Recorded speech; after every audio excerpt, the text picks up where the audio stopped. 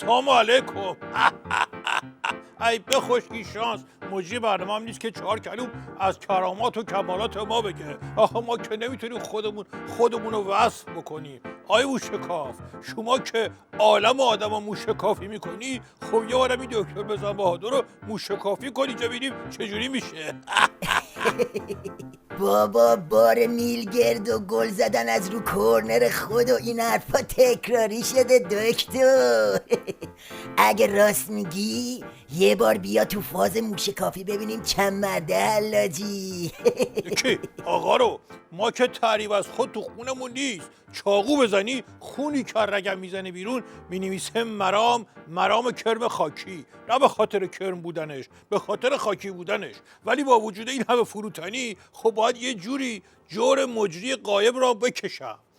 باید خودم به جای اون بگم که این اقیانوس عمیق استراتژی و تاکتیک، دریای علم و حلم اینجا نشسته. حالا قربونتم، بعد عمر کلاس استراتژیکی تو موشکافی به رخ ما میکشی؟ داشتیم اون موقع که شما هنوز درستون به روبا و کلاق نرسیده بود، من تو دانشگاه آزاد هاروارد شبانه موشکافی درس میدادم. خبر رو کن همچین برای موشکافیش کنم که از هسته اتمم شکفته تر بشه. خبر میخوای؟ باشه، خبرو میخونم برات. قراره 23 خرداد امسال یه بار دیگه هموطنای بامرام من تو ویلپنت پاریس جمع بشن و اساسی بتره کنن. نظرت چیه؟ حالا موشکافیش کن. آی موشکاف، داشتیم؟ نه جون من داشتیم. دکی ما رو ورده تو برنامه‌ات که ضایع کنی. گمونم تو هم طرفدار این دکتری شدی که میگه این دنیا ارزش نداره خودتو اذیت کنی، بقیه رو اذیت کن ببین چه حالی میده. مرحوم ابوی همیشه میفرمودن از بهادر، عرض میکردن بله، میفرمودن هفتیر کش استاد اونی نیست که زودتر از بقیه هفتیر رو بکشه، اونیه که بدون کجاها باید غلاف کنه. حالا ممکنه مرحوم ابوی هم خودش اینو نگفته باشه، جان وین براش گفته باشه. چه ربطی داره؟ تو گفتی خبر بیا واسط موشکافی کنم، منم خبر اومدم. آخه خبر داریم تا خبر قربون شکل ماهت برم. اگه میگفتی بحران هسته‌ای یه جوری با بحث تمدید مذاکرات و بندبازی‌های عظما واسط موشکافیش میکردم، رد میکردیم قضیه رو. اگه میگفتی جنگ و دعوای شیخ اکبر و مقام عظما و بقیه‌شون با 2 تا خاطره از مرحوم ابوی زیر سیبیلی ردش میکردیم میرفت پی کارش. اگه میگفتی با اطلاق عراق 2 تا سیلی میخوابوندم تو گوش حاج قاسم و سرتای قضیه رو برات هم میآوردم، اما دست صاف گذاشت اونجایی که اگه مرحوم ابوی هم همین الان با همه رفیقاش از تو قبر بیان بیرون کاری ازشون ساختگی.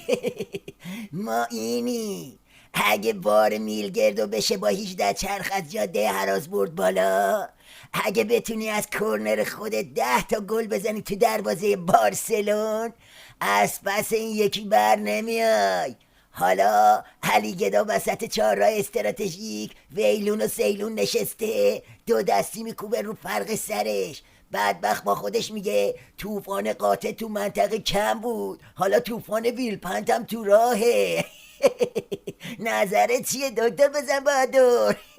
در مورد مسائل عظما خیلی سربسته بگم، مرحوم ابوی همیشه میفرمودن بزن بهادر، عرض میکردم بله، میفرمودن که دکتره به مریضش گفت چرا سیگار میکشی؟ طرف شروع کرد بدبختی ها و دردای خودشو گفتن. دکتره کمی رفت تو فکر، گفتش که به نظرم تریاک بکش. این چه وضعیتی؟ تو هم آدمی با این زندگی که داری، با این همه مشکلات و بدبختی. حالا این حکایت مقام عظمای ولایت با کلکسیون مصیبتاشه. عظمای سرگردون و خسته. این صدای کیه؟ اوه اوه اوه اوه، صدای مجری عزیز خودمونه. آقا ما رفتیم آقای موشکاف، جان شما الان اونم میاد 2 تا سوالم اون از ویلپد میذاره رو میزمون، اون وقتی که ما باید بریم دکترای استراتژیکیمون رو آویزون کنیم برای خودشو در بریم. حالا کجا؟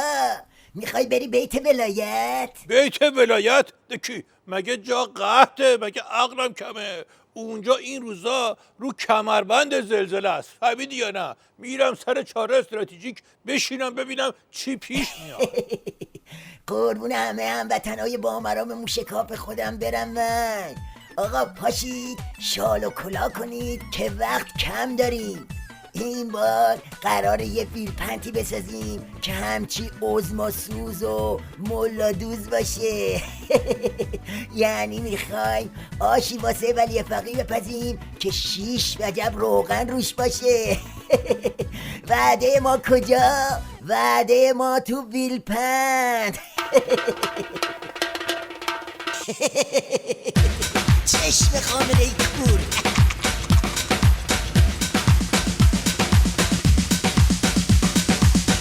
بیا بریم با هم دیگه هموطن، بیا بریم به ویلپند، یک بزن ای عثمان و شیخ بزن بریم به ویلپند، بیا بریم به ویلپند، بیا بریم به ویلپند. ولی فقی هواش پرش کافه، حریف بود یه مشت موشکافه، رسیده آخر خط دست و زیر روش شده، زهر و زد کشیده بدجوری تصویر شده.